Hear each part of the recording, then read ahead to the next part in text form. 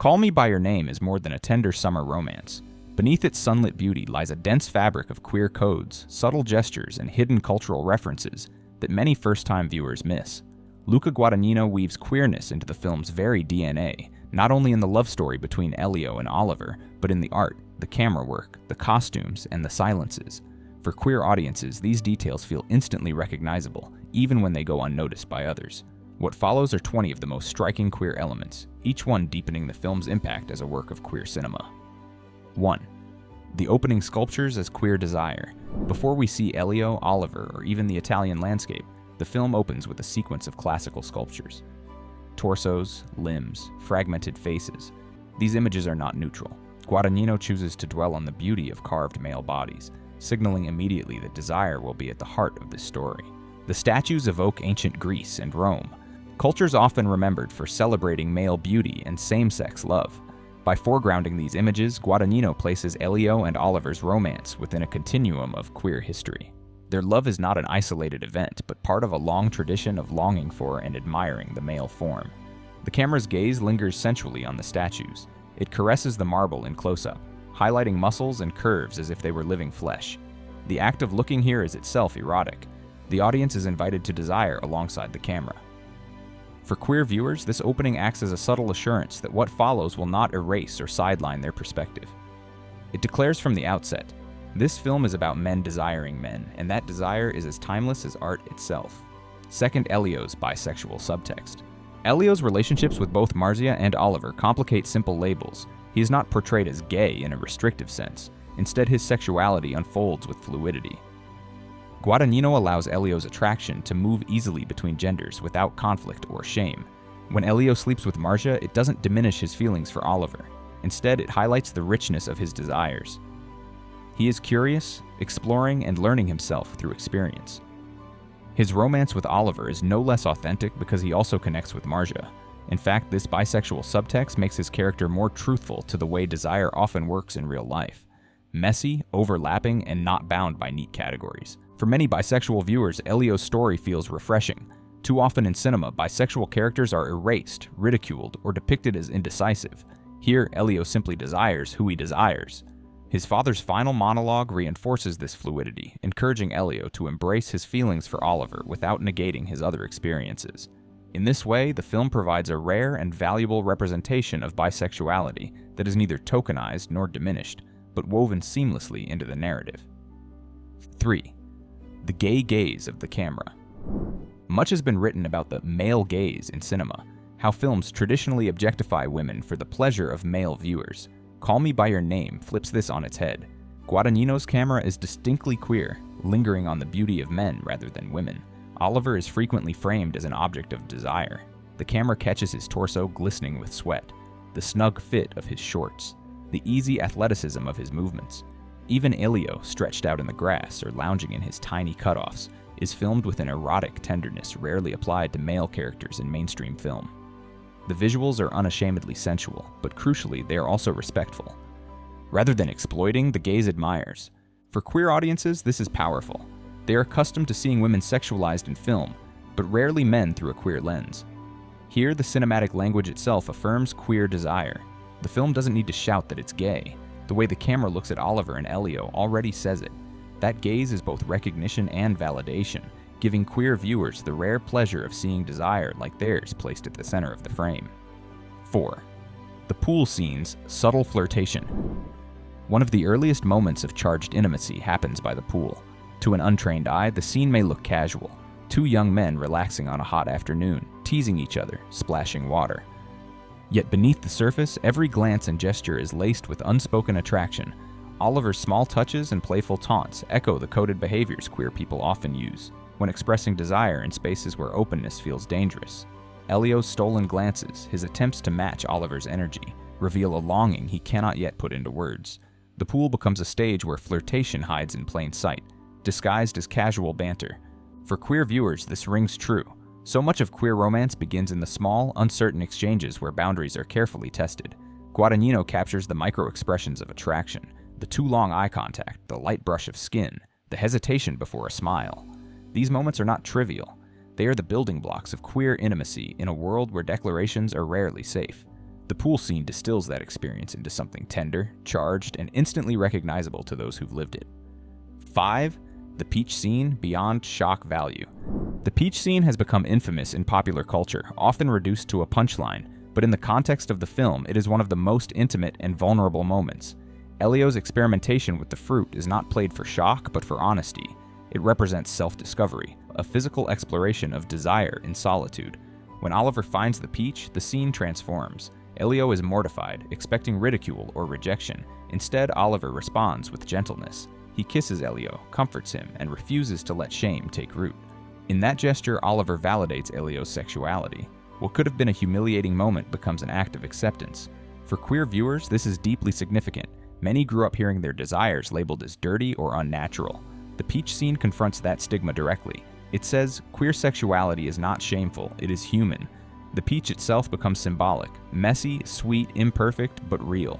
In Oliver's compassionate response, the film offers a radical vision of queer intimacy, where even the strangest vulnerabilities are met with love rather than judgment. 6. The 1980s AIDS silence. Call Me By Your Name is set in 1983 at the dawn of the AIDS epidemic.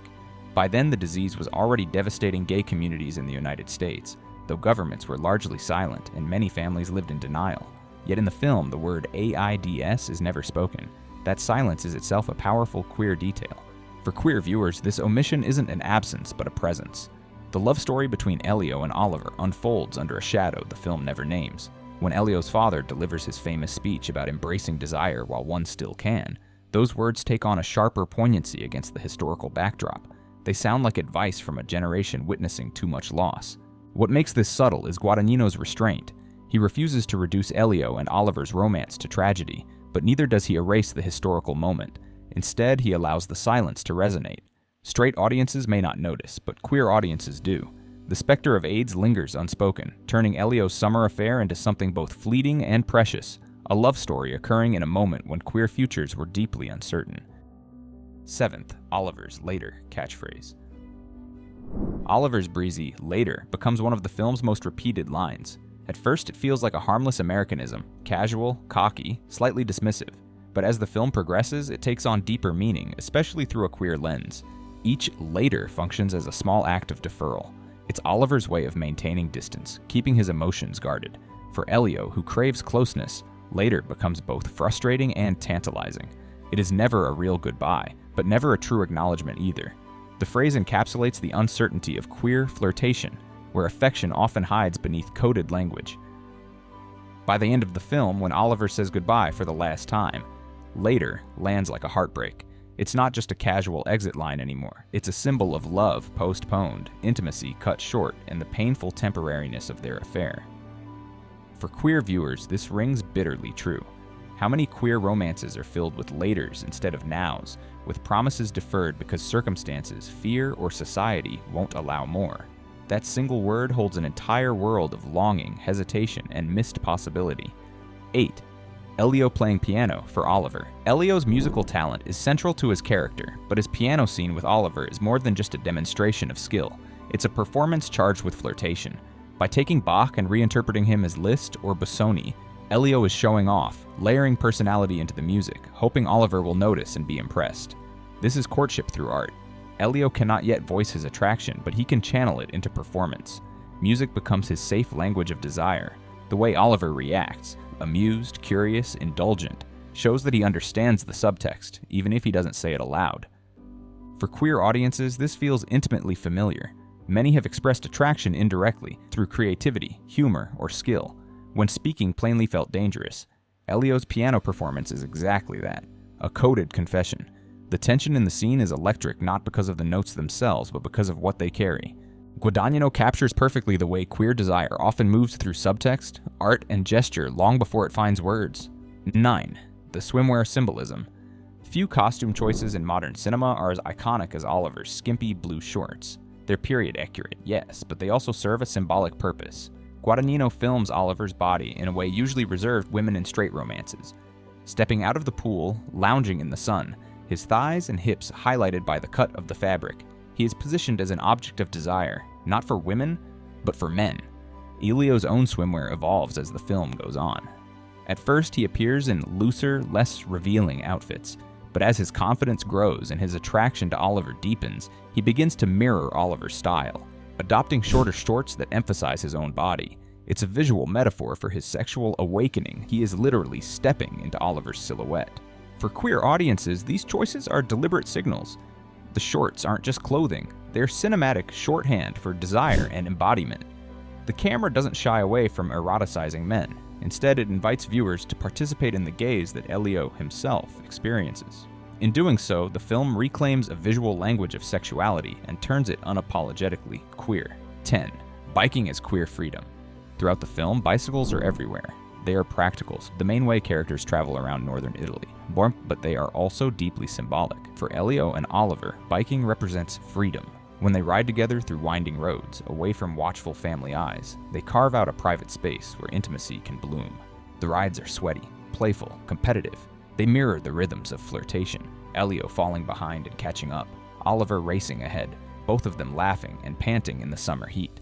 The bicycles carry them to secluded places, riversides, statues, village squares where their connection can deepen. On a metaphorical level, biking embodies queer liberation. It is movement, speed, and possibility. The rides represent the exhilaration of carving out moments of joy in a world that doesn't always make space for queer love. For many queer viewers, the sight of Elio and Oliver pedaling side by side feels almost utopian. Two men openly enjoying each other's company, even if only for a season. The bicycle becomes a vessel of desire, carrying them into love, and ultimately, carrying Elio into adulthood. 11th. The book Elio holds, Heptameron. Elio is often seen carrying a 16th century collection of short tales about love, secrecy, and moral ambiguity. This prop is not random. The Heptameron is filled with stories of forbidden romances, of lovers forced to hide or disguise their passions. In choosing this book for Elio, Guadagnino plants a subtle clue. Elio himself is entering into a story of forbidden love, one that will unfold with secrecy, intensity, and longing. The detail is easily overlooked by casual viewers. To queer audiences, however, the symbolism resonates. Historically, queer people often found themselves reflected in stories of improper love, whether heterosexual or otherwise. Literature about hidden or socially condemned passion became a mirror for experiences that couldn't be named directly. By aligning Elio with the Heptameron, Guadagnino places his character in that same lineage.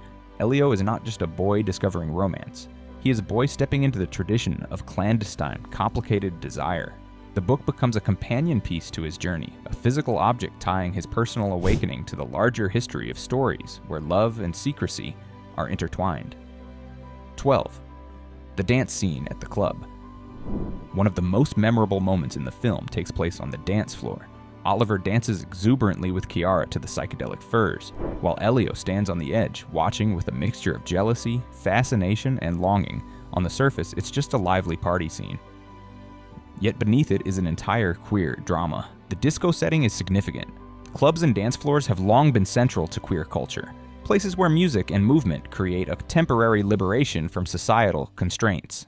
Even though Oliver is dancing with a woman, the space itself evokes queer resonance. Elio's reaction, jealousy mixed with yearning, is familiar to many queer people who have watched the person they secretly desire show interest in someone else.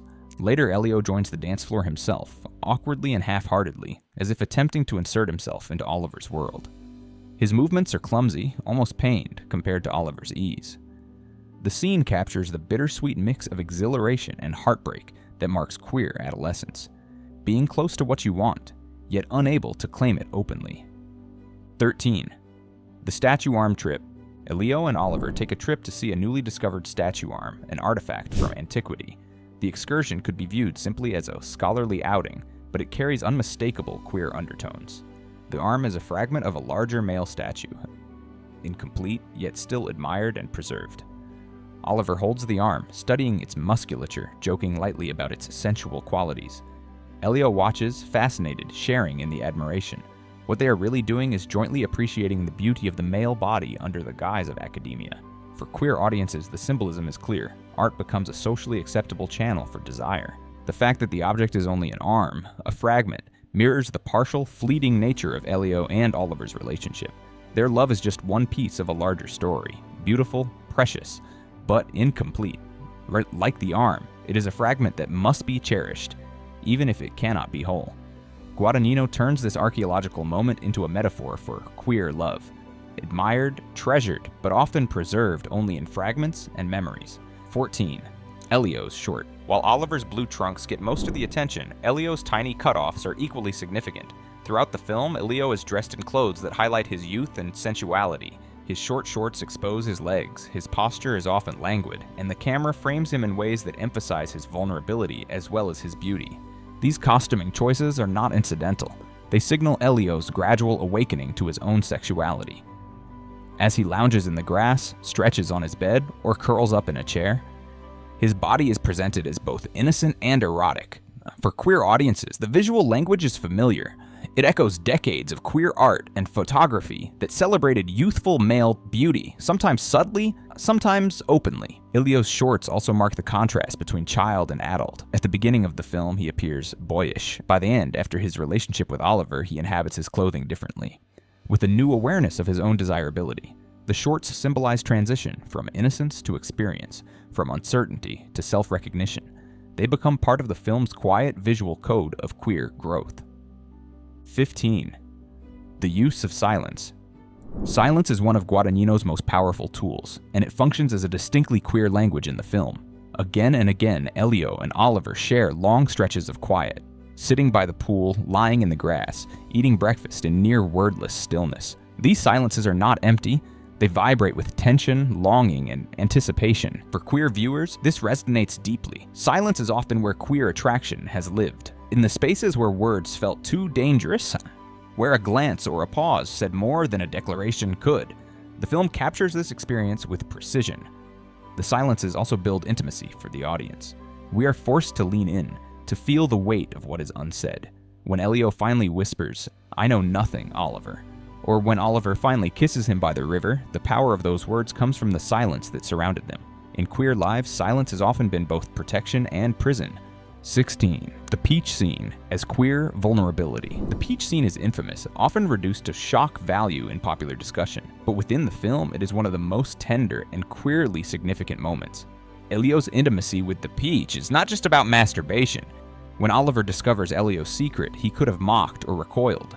Instead, he comforts him, even attempts to consume the peach himself as a gesture of solidarity. The scene becomes a radical moment of acceptance. Oliver's reaction tells Elio, "There is nothing about your desire that I cannot embrace." For queer audiences, this is revolutionary. So often, queer sexuality is met with ridicule, disgust, or punishment. Guadagnino flips that expectation, offering a portrayal of intimacy where even the strangest, rawest expression of desire is met with love rather than rejection. The peach becomes a metaphor for the messiness of queer adolescence. Embarrassing, awkward, deeply personal. And the scene transforms it into something profoundly human. Instead of humiliation, there is connection.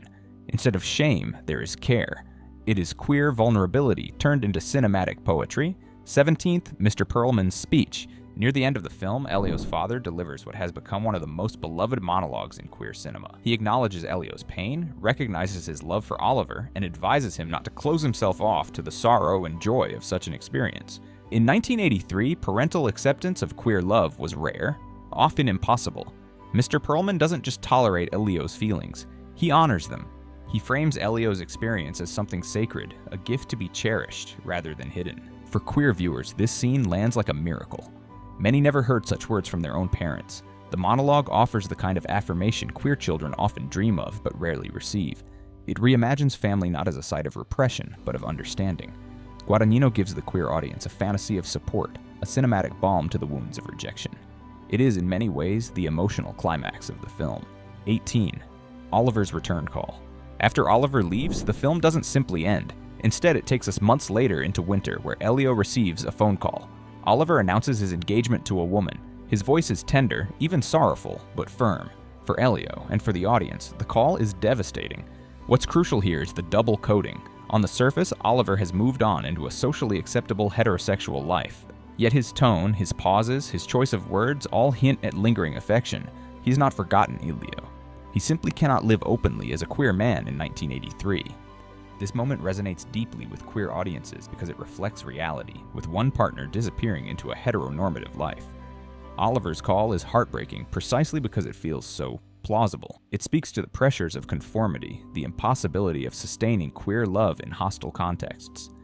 His voice on the phone is both presence and absence, the echo of a love that cannot fully exist in the world. 19. The final fireplace scene, the final sequence where Elio sits before the fireplace as the credits roll, is one of the boldest endings in modern cinema. For several uninterrupted minutes, the camera lingers on Timothée Chalamet's face as he processes his heartbreak. He cries, smiles faintly, stares into the flames. No words are spoken. This ending is profoundly queer in its refusal of closure. Guadagnino instead offers ambiguity, memory, and feeling. Elio's tears are not just about Oliver, they are about youth, about the bittersweet beauty of having loved at all. For queer viewers, this feels authentic. Queer love stories are rarely tidy. They linger in memory, shaping identity long after the relationship ends. The fireplace becomes a symbol of that lingering, warmth and pain entwined, flickering in the glow of memory. By holding the shot for so long, Guadagnino forces the audience to sit with Elio's grief, to experience heartbreak as a state of being rather than a plot point. It is a profoundly gay ending, unresolved, tender, and utterly unforgettable. 20. The title itself. Finally, the film's title, Call Me By Your Name, is perhaps the gayest detail of all. It refers to the intimate ritual where Elio and Oliver call each other by the other's name during sex, blurring the line between self and lover. This exchange is more than romantic wordplay. It is an act of queer fusion. In a world that insists on boundaries, categories, and labels, queer desire often seeks to dissolve them. The title encapsulates that longing for unity, for becoming each other in the heat of love. It echoes the deep truth that queer relationships often defy neat definitions. They are about transformation, about losing oneself in another and finding something truer in return. For queer audiences, the title speaks directly to that experience. It names the desire to be fully seen, fully mirrored, fully joined with another.